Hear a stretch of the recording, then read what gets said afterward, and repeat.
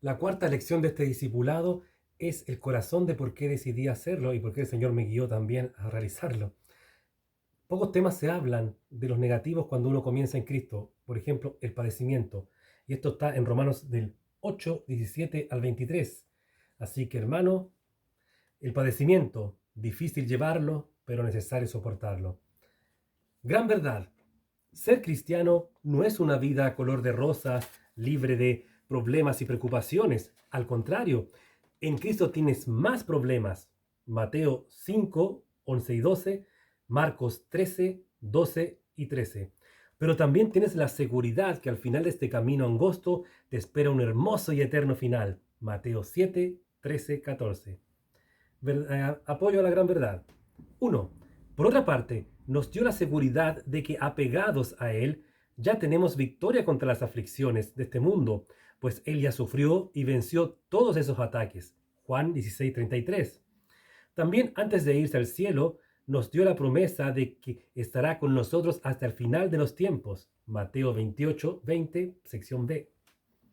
Segundo, nada de los padecimientos debería sorprendernos, pues nuestro Señor nos dijo que seríamos perseguidos, Mateo 10:22, y que nuestra fe en Él nos traería problemas con seres queridos que no comparten nuestra nueva vida, Lucas 12, del 51 al 53. Los familiares son nuestras primeras almas a predicar cuando conocemos a Jesús y los primeros en nuestra lista de oración para salvación, Hechos 16:31. Tercero, como humanos descendientes de Adán y Eva, tenemos las normales aflicciones que vinieron después de que la tierra fue maldecida en Génesis 3:17, las cuales recaen al creyente y al no creyente. Pero por estar en el mundo que le ha sido dado al maligno en administración, Lucas 4:6, nosotros al no ser espiritualmente de este mundo porque nuestra ciudadanía ya está en los cielos, Juan 17:14, Filipenses 3:20, recibiremos las más variadas oposiciones de diferentes formas, personas y lugares. ¿No lo sabías? Ahora lo sabes. Cuarto, no aplico el pensamiento del positivismo, pero cambia nuestra mente y percepción sobre un padecimiento si recordamos que muchos de ellos vienen del Señor para poner a prueba nuestra fe o mostrarnos áreas que nosotros no nos damos cuenta que aún tenemos débiles. Primera de Pedro 1, 16, 17. Quinto, si hay alguien que se hizo experto en padecimientos, fue el apóstol Pablo. Incluso fue llamado a sufrir por Cristo en Hechos 9:16. Pablo relata en 2 Corintios 11, 16 al 33 toda su biografía de padecimientos, quizá las marcas de Cristo en su cuerpo que describiría en Gálatas 6:17. Incluso padeció ataques de sus propios hermanos en la fe mientras estaba en la cárcel. Filipenses 1, 15 al 18, cuando decía que algunos predicaban por contienda con él. Pero aguantaba con su lema de Filipenses 4:13. Sexto, incluso el mismo Señor Jesús cuando estuvo en la tierra vivió padecimientos. Se hizo experimentado en quebrantos. Isaías 53:3.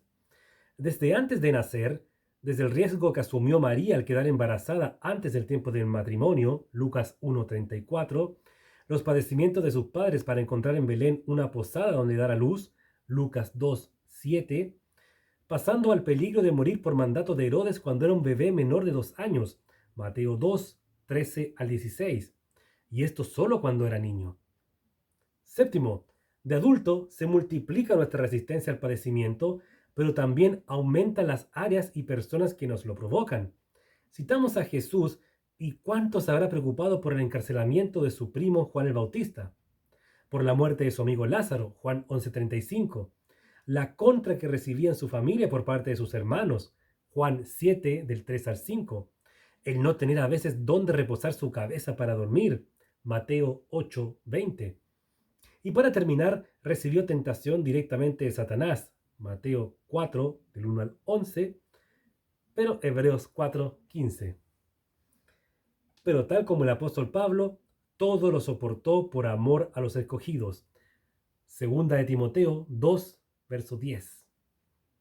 Porción de estudio. Vamos a estudiar ahora del 17 al 23. Comenzamos con el 17 solamente. Padecer no es una condición para ser salvo, pues contradeciría los versículos que hablan de que solo por la obra de Jesús en la cruz somos salvos.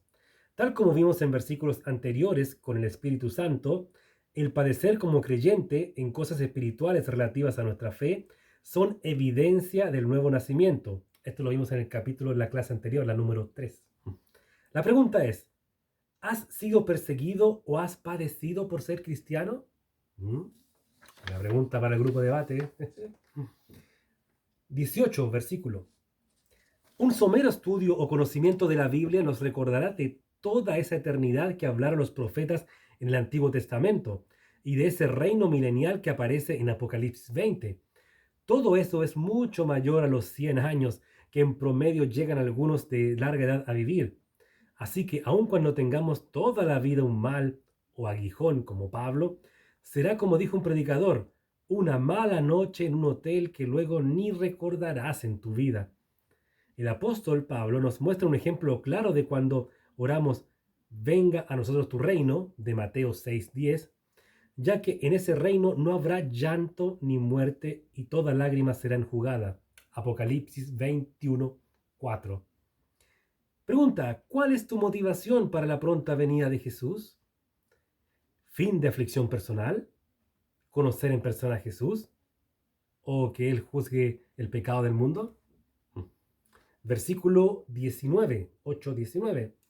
Cuando leemos cómo estará compuesto el reino justo del Mesías y la nueva Jerusalén, Isaías 11, Isaías 65 del 17 al 25, Apocalipsis 21, podemos entender por qué la creación anhela la manifestación de los santos.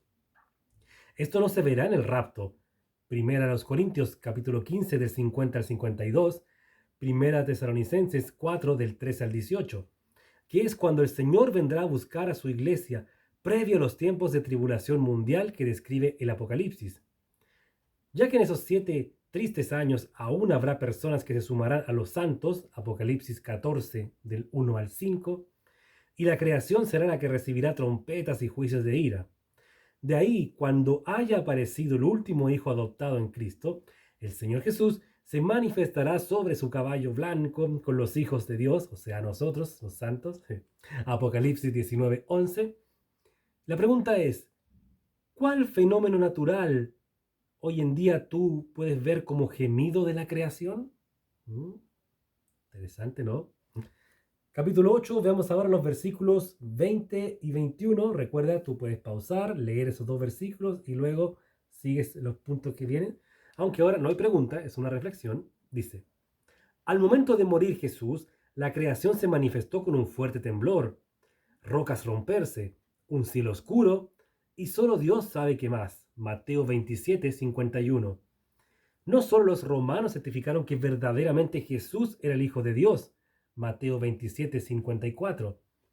Aquí vimos la figura de creación y criaturas presentes ante su Creador y su plan de redención. La creación fue hecha perfecta por el Señor para ayudar a vivir al hombre. Por eso el Señor encontraba que todo estaba bueno, como por ejemplo Génesis 1:10. Pero al fallar su máxima creación, como consecuencia fue maldecida la tierra y también entró la muerte en ella.